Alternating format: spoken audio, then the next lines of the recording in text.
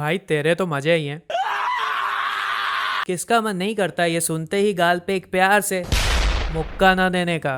क्या मजे भाई, जिंदगी तुम्हें टारगेट बना के खेल रही है, मगर नुक्कड़ नुक्कड़ पे मिल जाएंगे डायलॉग पेलने वाले। सेम बात अगर कोई एडल्ट किसी टीनेजर से कहता है कि बेटा कोई जिम्मेदारी तो है नहीं, मौज ही मौज है तुम्हारी, तो इस बात को 100% डिनाई करना तो थोड़ा मुश्किल है, बट इसका सपोर्ट भी नहीं करूंगा। आई मीन एक टाइम मैं भी टीनेजर था यार। आई कैन अंडरस्टैंड क्या क्या प्रॉब्लम्स फेस करनी पड़ती हैं। इतनी सारी पढ़ाई से परेशान, घर पहुंचो तो पता चले कि फिर से लौकी की सब्जी बन गई। हो सकता है हर टीचर तुम्हें क्लास के बाहर खड़ा कर देता हो, किसी को तुमसे दोस्ती ही नहीं करनी, और क्या पता तुम उनमें से हो जिनका क्रश उनको डिस्गस्ट भरी निगाहों से देखता है। भगवान न करे किसी टीनेजर को एक साथ इतनी प्रॉब्लम्स फेस करनी पड़े, फिर कोई उससे कह दे मौज तो तुम्हारी ही है।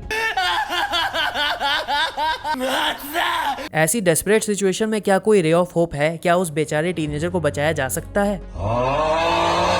मुश्किल है, बट शोनेन एनिमे दिखा के उसका मूड सही करने की कोशिश तो करी जा सकती है। एटलीस्ट मेरे लिए तो ये एक सॉलिड ऑप्शन था। शोनेन क्या है यू आस्क? नहीं, ये तो नहीं पूछा। चुप, मैं पढ़ के आया हूँ, सुनो। शोनेन डेमोग्राफी है, तुम सिंपल भाषा में समझो, मतलब एनिमे मांगा की वो कैटेगरी जिसकी टारगेट ऑडियंस है टीनेज लड़के, और उनको वो कैसे अपना फैन बनाती है? एक्शन भरे एडवेंचर दिखा के, मसालेदार स्टोरी परोस के। उनको पता है कुछ लौंडे बहुत संस्कारी हैं, फैन सर्विस से तो खिंचे ही चले आएंगे। सिर्फ लड़कों के लिए ही नहीं, शोनेन का gender equivalent counter part Shojo लड़कियों के लिए भी एग्जिस्ट करता है। नाउ इन स्टोरीज का नेचर होता है आइडियलिस्टिक, जहाँ एक जनरल पॉजिटिव आउटलुक होता है लाइफ को लेकर के। फॉर इंस्टेंस शोनेन का अच्छा खासा ट्राइड एंड टेस्टेड फॉर्मूला है अच्छाई वर्सेस बुराई का black and white concept. Villain चाहे कितना भी काबिल हो, अल्टीमेटली उसे अपनी काबिलियत की बत्ती बनानी पड़ती है अच्छाई के सामने। हीरो के वो 100 झापड़ मार दे, उसके मुंह में छाता खोल दे, फिर भी हीरो उठ के क्यों खड़ा हो जाता है? सिंपली ताकि तुम ये देखो एक बंदा किसी भी सूरत में गिव अप नहीं कर रहा है। अगर वो ये कर सकता है तो तुम भी अपनी प्रॉब्लम्स को हेड ऑन फेस कर सकते हो यार। You can do it to.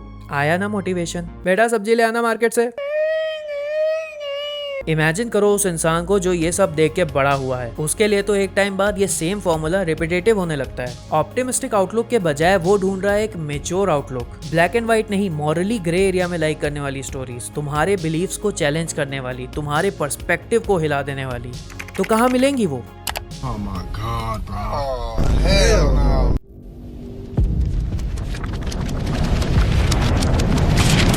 सेनेन और जोसे की टारगेट डेमोग्राफी ही एडल्ट्स हैं, तो क्या इसका ये मतलब है कि एडल्ट बनते ही शोनेन को टाटा बाय बाय? ना ना, ऐसा कोई जरूरी नहीं। काफी सारे नाम शोनेन में भी हैं जो जनरल स्टैंडर्ड्स को फॉलो नहीं करते, अपने रूल्स खुद बनाते हैं, और इसी वजह से वो पॉपुलर भी हैं। बट अगर तुम कॉम्प्लेक्स कैरेक्टर्स के फैन हो और ऐसी सीरीज ढूंढ रहे हो जो तुम्हारे ऊपर लॉन्ग लास्टिंग इंप्रेशन छोड़ दे, तो बस प्रोबेबिलिटी इस चीज की ज्यादा है कि वो सेनेन में तुमको मिल ही जाएगी। नाउ इट्स हाई टाइम कि मैं तुम्हारे साथ 5 ऐसी सेनेन एनिमे शेयर करूं that are beyond the concept of good and evil. कुछ बहुत पॉपुलर हैं तो कुछ का तुमने नाम भी नहीं सुना होगा, बट सब में कॉमन ये है कि वो जो दिखाना चाहती हैं उसमें वो मास्टर हैं। तो ये वो सीरीज हैं जो फिलोसॉफिकली इतनी रिच हैं कि इवन एज एन एडल्ट तुम शायद उन्हें कभी ना भुला पाओ।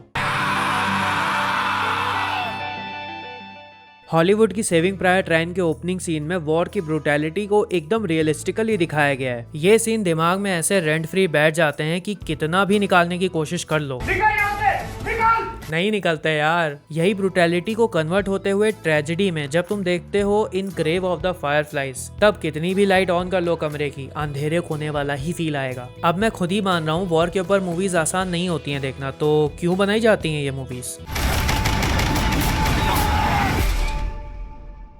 यू नो, हम में से ज्यादातर लोग काफी प्रिविलेज्ड हैं कि थ्रू अ फिक्शनल कैरेक्टर हम रियलिटी देख सकते हैं बिना उसको एक्चुअल में फेस किए। वॉर में डूबे कंट्रीज के लोगों को जो हॉरर्स फेस करने पड़ते हैं वो लोग हमारे तुम्हारे जैसे ही होते हैं, नॉर्मल लोग जिनसे एक पल में हर चीज छिनते हुए देख कोई भी भूत प्रेत की पिक्चर उससे ज्यादा डरावनी नहीं लगेगी। सैडली आज भी जब पता चलता है एक्स और वाई कंट्री के बीच वॉर चल रही है, तो इन मूवीज में दिखाया गया रियलिज्म कहीं ना कहीं तुम्हारे अंदर सेंस ऑफ अवेयरनेस भर देता है। एम्पैथी की इतनी कमी हो गई है लोगों में, दो सोसाइटी के कल्चर डिफरेंट हैं, तो जरा सी मिसअंडरस्टैंडिंग क्रिएट नहीं हुई कि एक रोटी दे दो साहब। वॉर के पीछे इकोनॉमिक और पॉलिटिकल रीजंस होते हैं, बट इंसान की नेचुरल टेंडेंसी वायलेंस और हेट करने की वॉर को फ्यूल करती है, इसको कोई डिनाई नहीं कर सकता। इसी नेचर को गहराई से एग्जामिन करने के लिए वाइकिंग्स के ऊपर बेस्ड विनलैंड सागा जैसी स्टोरीज बेस्ट मीडियम है। एनिमे तुमको एग्जैक्टली मिडिवल यूरोप में पहुंचा देता है। वहां अगर तुम्हारी किसी राजा महाराजा से जान पहचान नहीं है तो तुम्हारी लाइफ किसी बकरे की तरह है, जो जब तक जिंदगी चल रही है तब तक काट रहा है, लेकिन वो खुद कब काट दिया जाए या बेच दिया जाए कोई भरोसा नहीं। आयरॉनिकली जिन कैरेक्टर्स का मेन पॉइंट ऑफ व्यू है स्टोरी में, दे आर द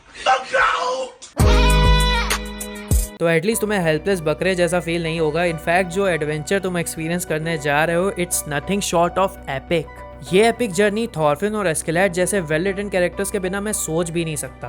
दो कैरेक्टर्स के बीच केमिस्ट्री इतनी तगड़ी हो कि लिटरली शो पीक कर जाए। सोचो कितना जबरदस्त रोल होगा उनका। सैकड़ों जंगली वाइकिंग्स जो खुद अपने बाप के भी नहीं होते, उनको लीड करने वाला इंसान किस लेवल का मॉन्स्टर होगा। Escalade is that prime example. उधर थॉरफिन की शक्ल बताती है कि वो बच्चा है, बट किसी की हिम्मत नहीं कि उसको बच्चे की तरह ट्रीट करके दिखा दे। बेटा आइसक्रीम खाएगा? स्कूल चला जा बेटा। लगता है तुम्हें पापा से शिकायत करनी पड़ेगी। थॉरफिन चाहे तो 10-12 लोगों का ऑमलेट आसानी से बना सकता है और वॉर में ही उसका बचपन बीता है। थॉरफिन की जो ये पोजीशन है, उसके पीछे की वजहों ने उससे बहुत कुछ छीन लिया। He is a deeply tragic character. पहले सीजन की पहली ओपनिंग में कभी स्किप नहीं करता, क्योंकि वो एक रोंगटे खड़े कर देने वाला रिप्रेजेंटेशन है थॉरफिन की स्टोरी का। Vinland saga epic events, brutal fights plus tragic character का एक ट्रायंगल है और सेंटर में मैसेज है वॉयलेंस के ऊपर। वॉयलेंस साइकिल ऑफ हेट्रेड कैसे क्रिएट करती है, हमारे नेचर में कैसे कर्स की तरह मिली हुई है। इसी टॉपिक पे ऑथर ने ऐसे पावरफुल सीन्स क्रिएट किए हैं जो बिना एक सिंगल वर्ड के बहुत कुछ कह जाते हैं। इस वॉर से इन्फेस्टेड वर्ल्ड में लोगों का डिग्निटी के साथ जीना एक सपने की तरह है। ना जाने कितने तो अपनी फैमिली और ऑनर को खो देने के बाद इस साइकिल ऑफ वॉयलेंस में मिल जाते हैं। लेकिन इन हार्डशिप्स में भी कुछ लोग ऐसे जन्म लेते हैं जो अपने आइडियल्स से इस दुनिया को बदलने की ताकत रखते हैं। उन लोगों की कहानी है विनलैंड सागा।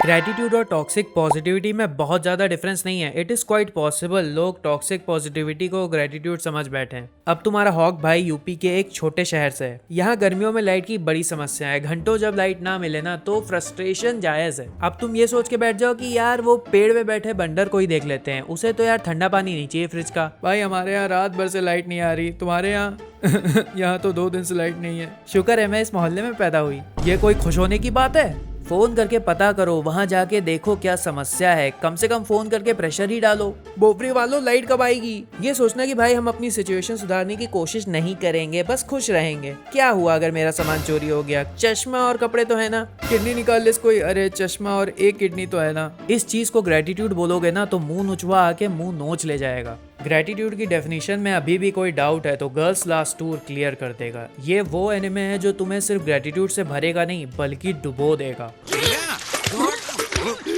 अनलेस तुम्हारा दिल पत्थर का नहीं है तो इन दोनों की जिंदगी को देख के तुम्हें अपनी जिंदगी की जरूरी चीजें जो तुम्हारे हाथ में हैं अभी।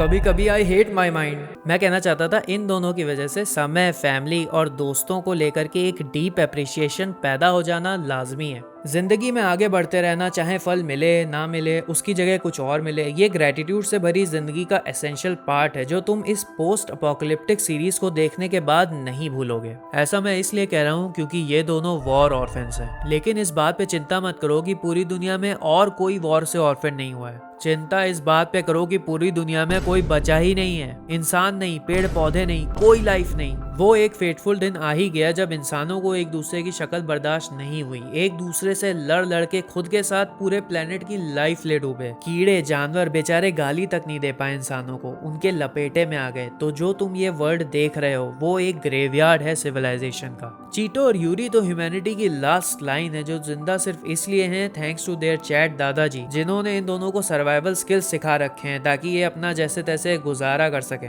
मैं अपने पेशाब को रेत में जाया नहीं करना चाहता हूँ। चिंता मत करो, ये सब नहीं सीखा इन्होंने। दोनों के पास परमानेंट सोर्स ऑफ फूड नहीं है, राशंस पे काम चलाते हैं, सर के ऊपर छत तक नहीं है। बट इनका नेचर ऐसा नहीं है कि हर चीज को लेकर के ये लोग कंप्लेन करने लगे, रोने लगे। इसकी प्रेमिस को सुनते ही कोई भी यही कहेगा यार ये तो पक्का सर्वाइवल हॉरर होगा, बट एक्चुअली में पता है ये क्या है? जिंदगी ना मिलेगी दोबारा एनिमे वर्जन। दोनों में एक मेजर थीम कॉमन है, नई चीजों को एक्सपीरियंस करना। डिफरेंस ये है, मूवी में तो सी डाइविंग और स्काई डाइविंग तुम्हें इम्प्रेस कर देती है, लेकिन एनिमे में तुम्हें मिलेगा camera, biscuit. Ordinary life is truly underrated. ऐसा कोई सीरीज में नहीं बोलता, बट सीरीज खुद बोलती है। लाइफ को फुली एंजॉय करने के लिए चीतो और यूरी को स्काई डाइविंग जैसी चीजों की जरूरत नहीं है। जिस तरीके से ऑर्डिनरी को girls last tour extra ordinary दिखाता है इज ट्रूली थॉट प्रोवोकिंग। देखो, द थिंग इज, ये दोनों ऐसे समय पे पैदा हुए हैं जब इन्होंने इंसान की एक ही साइड देखी है।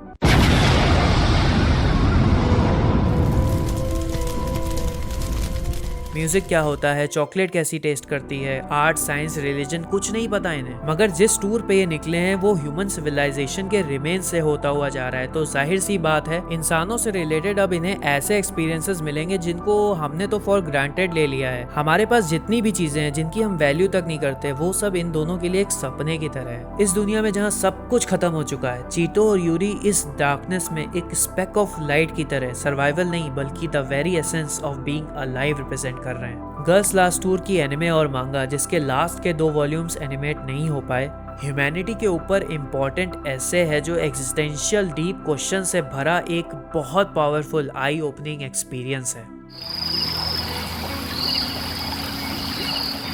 बर्जर्क नाम तो सुना ही होगा। इंडिया में रहते हुए कोई भी ऐसा नहीं होगा जो क्रिकेट से फैमिलियर ना हो। वही सेम सिचुएशन है बर्जर्क की मांगा इंडस्ट्री में। 1989 से चल रही बर्जर्क मांगा रीडर्स के लिए एक होली बुक बन चुकी है, और जो एनिमे देखने वाले हैं वो आज तक करण अर्जुन की माँ की तरह रो रहे हैं, मेरी बर्जर्क एनिमे कब आएगी। और किसी भी बड़े स्टूडियो ने फैंस की नहीं सुनी। जो एनिमे एग्जिस्ट कर रही है उनको तो कोई मानने को तैयार ही नहीं है कि वो बर्जर्क की एनिमे है भी। मेरे ख्याल से 1997 वाला एडेप्टेशन मांगा की वाइब्स को मैच कर पाया है, और वो तुम देख भी सकते हो। बस प्रॉब्लम ये है कि वो कंप्लीट नहीं है, और जहां वो एंड होता है वो क्लिफहैंगर्स का बाप है। बर्जर के बेस्ट एक्सपीरियंस को पाने के लिए तुम्हें कुछ नहीं, बस उसकी मांगा उठानी है। पहले 2-4 पेजेस में आंखें निकल आए तो कोई बात नहीं, हिम्मत रखना। ब्लैक एंड व्हाइट होने की वजह से मांगा का मीडियम जो है वो ब्लड और गोर को सेंसर करने में मदद करता है, क्योंकि मांगा अपने में इतनी ज्यादा ग्राफिक कंटेंट से भरी हुई है कि शायद इस वजह से बड़े बड़े एनिमेशन स्टूडियोज की हिम्मत नहीं हुई आज तक एनिमेट करने की। ज्यादातर लोग मांगा नहीं पढ़ते हैं, बट एक बार बर्जर्क उठाने के बाद लोग उसको रख नहीं पाते हैं। And art clearly helps. It was perfect, down to the last minute details. Berserk को इतना फिलोसॉफिकली रिच क्यों कहा जाता है? इस सवाल का जवाब मुझे एक टीचर की तरह देना पड़ेगा। तो क्लास, अगर टॉयलेट जाना है या पानी पीना है तो अभी चले जाओ, क्योंकि बर्जर्क के लेक्चर के बीच में नो बकचोदी अलाउड। तो class, get ready. Quantum mechanics का इंट्रोडक्शन हुआ था 20th सेंचुरी में, और उससे पहले चलती थी classical physics. And according to classical physics, at a given time अगर हमें यूनिवर्स के हर एक पार्टिकल की स्टेट का पता चल जाए तो उस इंफॉर्मेशन से हम यूनिवर्स के फ्यूचर को प्रिडिक्ट कर सकते हैं। हर किसी का फ्यूचर हम जान सकते हैं। कल मेरी लाइफ में क्या होगा, तुम्हारा डॉगी कल बाहर हल्का होगा या घर में। तुम स्पीच तैयार करके जाओ, पर क्या पता वहां जाके क्या बोल दो। जिनको जान गंवानी पड़ेगी। फ्यूचर पता होता तो शायद ऐसा ना होता। लिटरली हर चीज का पता चल सकता है। नाउ फिजिकली हर एक पार्टिकल की स्टेट का पता करना पूरे यूनिवर्स में, गुड लक। बट पॉइंट ये नहीं है। पॉइंट ये है कि जब चीज प्रैक्टिकली नहीं हो सकती, थ्योरेटिकली तो हो सकती है। And according to classical physics theory में दिस इज पॉसिबल। यानी यूनिवर्स के नियम कह रहे हैं कि फेट एग्जिस्ट करता है, सबकी डेस्टिनी फिक्स्ड है। आइंस्टाइन भी क्लासिकल फिजिसिस्ट थे, और उनका भी यही मानना था हम एक डिटर्मिनिस्टिक यूनिवर्स में रहते हैं, also known as philosophy of determinism. और हम इस फिलॉसफी की माने तो अगर किसी की डेस्टिनी में लिखा है कि भाई बिल गेट्स आ जाएगा तुम्हारे यहाँ चाय पीने, तो उसे अपने घर की खिड़की तोड़ के आनी पड़े या दरवाजा तोड़ के आना पड़े, वो आएगा जरूर। इस थ्योरी का एक इम्पॉर्टेंट कॉन्सेप्ट है कॉजेलिटी। इस कॉन्सेप्ट को समझो। एक इवेंट हुआ, उसकी वजह से दूसरा हुआ, दूसरे की वजह से तीसरा हुआ, फेट का जाल बुनता चला गया। Cause and effect, causality. हर चीज हुई यूनिवर्स के प्लान के अकॉर्डिंग। किस्मत कह लो, डेस्टिनी कह लो, फेट कह लो। बर्जर्क का यूनिवर्स डिटर्मिनिस्टिक है। कॉजेलिटी इज एट प्ले, क्योंकि हर मेजर इवेंट एक दूसरे पे डिपेंडेंट है। In this world, 97 की एनिमे में जो शुरुआत का नरेशन है वो 90% लोगों के सर के ऊपर से निकल जाता है। अरे ये किस भिखारी का हाथ है। बट अब तुम सुनोगे तो तुम्हें समझ में आएगा कि वो क्यों कह रहा है कि इंसान का कंट्रोल किसी चीज पे नहीं है, अपनी लाइफ पे भी नहीं है। फ्री विल जहाँ एक इल्यूजन है, वहाँ गट्स मेन कैरेक्टर के रूप में एकदम फिट बैठता है। बर्जर्क एक कंटिन्यूअस स्ट्रगल है दो चीजों के बीच, डेस्टिनी और फ्री विल। इस क्रूअल वर्ल्ड में जहाँ डेस्टिनी का अपर हैंड है, गट्स उसके अगेंस्ट खड़ा हुआ है फ्री विल का एम्बॉडीमेंट बन के। बर्जर्क का ऐसे ही इतना बड़ा इन्फ्लुएंस नहीं है जो उसने डार्क सोल्स जैसे गेम सीरीज को डायरेक्टली इंस्पायर किया है। एक्शन सीन्स दिखाने हो या एटमॉस्फेयर सेट करना हो, ऐसी क्वालिटी ऑफ आर्ट जैसा मूड हो वही एग्जैक्टली कन्वे करती है। मुझे नहीं पता था दो लोगों के बीच ड्रीम्स के ऊपर बातें मुझे इतनी मैजिकल लगेंगी। जब ऑड्स किसी के अगेंस्ट होते हैं तो हम नेचुरली उस हर इंसान को सपोर्ट करते हैं जो स्ट्रगल करता है। बर्जर्क की स्ट्रगल एक इम्पॉसिबल वॉल के अगेंस्ट है। गट्स की कहानी इंस्पायरिंग भी है, ट्रेजिक भी है, बट इन सब सफरिंग के बीच जो वर्ल्ड बिल्डिंग और बाकी कैरेक्टर्स की राइटिंग है is what makes berserk berserk.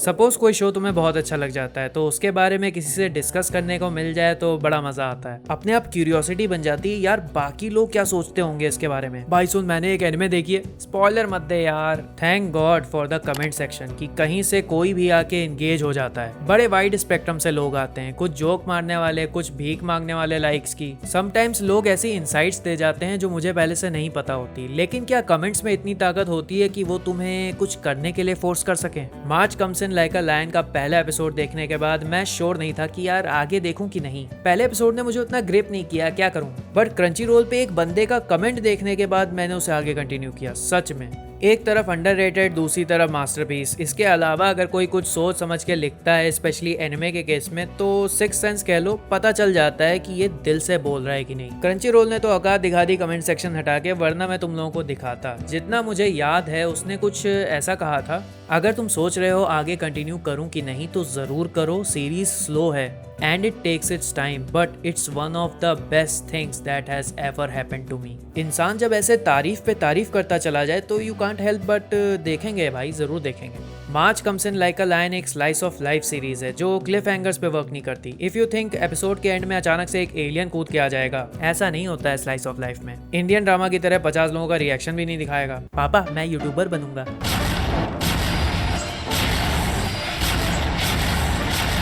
तब तेरे की। March comes in like a lion जैसी मेच्योर सीरीज का हुक पॉइंट इवेंट्स के बजाय कैरेक्टर्स होते हैं। तो कैरेक्टर्स को इतना डेवलप किया जाता है कि उनके बीच की केमिस्ट्री और उनकी अपनी पर्सनल लाइफ में तुम्हें इंटरेस्ट आने लगे। जब तुम उन्हें ऐसी स्ट्रगल से गुजरता हुआ देखते हो जिनसे तुम खुद फैमिलियर हो, जिस पल में तुम्हें ऐसा लगने लगे यार मैं ये पर्सनल फीलिंग शेयर कर रहा हूँ इसके साथ, बस वही है वो हुक पॉइंट। तुम में से ज्यादातर लोगों के लिए इसका पहला इंप्रेशन बहुत ज्यादा खास नहीं पड़ेगा, ये बात मैं मान के बैठा हूँ, क्योंकि एनिमेशन वैसा नहीं है जैसा you are used to. Characters जैसे निकाइडो जोक्स मारेंगे तो हंसी ना आए शायद, बट फालतू जैसे दिखने वाले कैरेक्टर्स बिल्कुल भी फालतू नहीं है। जिस बंदे को एक एपिसोड में तुम कहोगे भाई प्लीज तू चला जा, अगले ही एपिसोड में तुम उसको सैल्यूट ठोकोगे। इस डेवलपमेंट के पीछे सबसे बड़ा हाथ डायलॉग्स है। इस शो में एक एपिसोड के डायलॉग लगते हैं कैरेक्टर्स को ऐसा डेवलपमेंट देने में जो शोनेन में 40 एपिसोड्स तक नहीं मिल पाता है। वेल सरप्राइज होने वाली बात नहीं है सिंस इसका सेलिंग पॉइंट ही डेवलपमेंट है। तुम legit one of the best pieces of character drama देख रहे हो। एक और बात सुन लो, इसमें लोग शोगी खेलते हैं, तो तुम कहोगे मुझे तो आता ही नहीं है, तो टेंशन क्यों ले रहे हो। शोगी के ऊपर एक किताब है, उसको खरीद लो, बस 500 बनने की है, महीने भर में सीख जाओगे। घबरा गए क्या? मजाक था यार। क्या मेरुअम और कोमुगी के सीन में तुम्हें गूंगी की नॉलेज थी? क्वींस गैम्बिट को एंजॉय करने के लिए जरूरी नहीं है कि तुम्हें चेस आता ही हो। गेट दिस स्ट्रेट, ये शोगी के ऊपर नहीं है, ये उनके ऊपर है जो शोगी खेल रहे हैं। शोगी बस एक मीन्स है लोगों के स्ट्रगल्स में झांक के उनसे इंस्पायर होने के लिए। March comes in like a lion एक डीप एनालिसिस है डिफरेंट लोगों की सिचुएशंस के ऊपर, कैरीड बाय डायलॉग्स जो इतने वेल रिटन है कि तुम्हारे हिडन इमोशंस को वर्ड्स में कन्वे कर देते हैं, जिनको एक्सप्रेस करने के लिए वेरी लाइकली तुम्हें खुद को वर्ड्स नहीं मिले होंगे कभी। डूम्सडे पे बेस्ड ढेर सारी हॉलीवुड मूवीज मैंने देख रखी हैं। ये मूवीज मैं इसलिए देखता हूँ कि ह्यूमन एक्सटिंक्शन का कॉन्सेप्ट मुझे एंग्जाइटी देने के बजाय फैसिनेट ज्यादा करता है। बट हे, सिर्फ मूवीज में ही, असलियत में ऐसा कुछ ना हो जाए। अभी तक तो मैंने PS5 भी नहीं खरीदा है। As long as human extinction का कॉन्सेप्ट फिक्शन में ही रहेगा, मैं हमेशा फैसिनेट होता रहूंगा। इमेजिन इंसान अचानक से इस धरती से गायब हो जाए। वो अननोन सिनेरियो की curiosity always fills me with wonder. इंसानों के बाद क्या कोई इंटेलिजेंट लाइफ आएगी? क्या इस बार वो सच्ची में इंटेलिजेंट होगी? एक तरफ तो ये क्वेश्चंस मुझे बड़े इंटरेस्टिंग लगते हैं, लेकिन इस टॉपिक में जितना गहरा उतरते जाओगे इवेंचुअली तुम्हारा स्वागत करने के लिए खड़ी होगी एग्जिस्टेंशियल क्राइसिस। सब कुछ मोहमाया है, एक दिन सबको खत्म हो ही जाना है, तो इस जिंदगी का आखिर मतलब क्या है? शायद इसका जवाब मुझे अकेले पहाड़ों पे मिलेगा। पापा उत्तराखंड जाने का सोच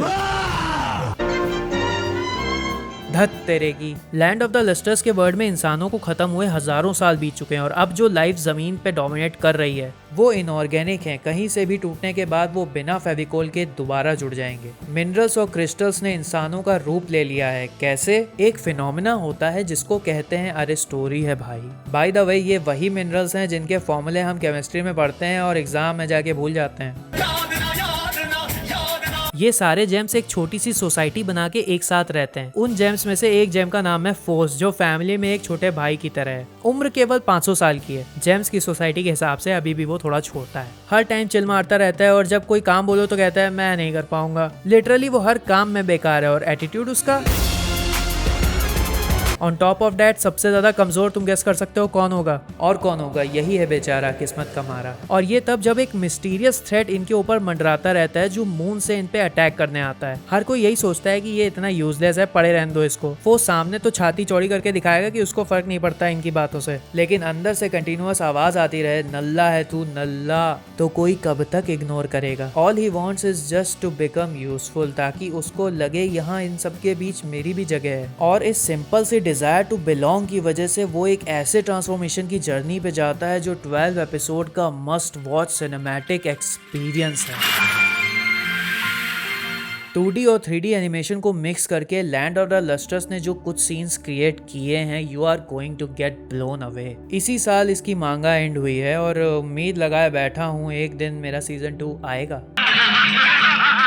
अगर तुम डिसाइड कर लेते हो चलो मांगा पढ़ लेते हैं आगे की, तब मेरी तरह अपने आप को भी तुम एग्जिस्टेंशियल क्राइसिस में बहता हुआ पाओगे। अभी तक जितनी भी एनिमे के बारे में मैंने बात करी है, कोई भी हैप्पी गो लकी स्टोरी नहीं है। इंस्टेड ये वो स्टोरीज हैं जो हमें फोर्स करती हैं ऐसे क्वेश्चंस फेस करने से जो हम खुद से अदरवाइज नहीं पूछते। हाँ, ये बच्चों से तो 100 फुट दूर रखने वाली हैं, क्योंकि इनमें दिखाई गई हैवी थीम्स को डाइजेस्ट करने के लिए एडल्ट माइंडसेट चाहिए ही चाहिए। ये नाम की सेने नहीं है। अपनी सिचुएशन बताऊं तो एनिमे देखते वक्त या मांगा पढ़ते वक्त सबसे ज्यादा वेट मैं देता हूं तो एक इम्पैक्टफुल एक्सपीरियंस को देता हूं, क्योंकि most importantly I watch to feel something. Vinland Saga का एड्रेनलिन पंप कर देने वाला एक्शन, गर्ल्स लास्ट टूर का हेवनली साउंड ट्रैक, बर्जर के emotional moments, March comes in like a lion की इंस्पायरिंग स्टोरी और लैंड ऑफ द लस्टर्स के breathtaking visuals. There is so much to feel and there is so much to C.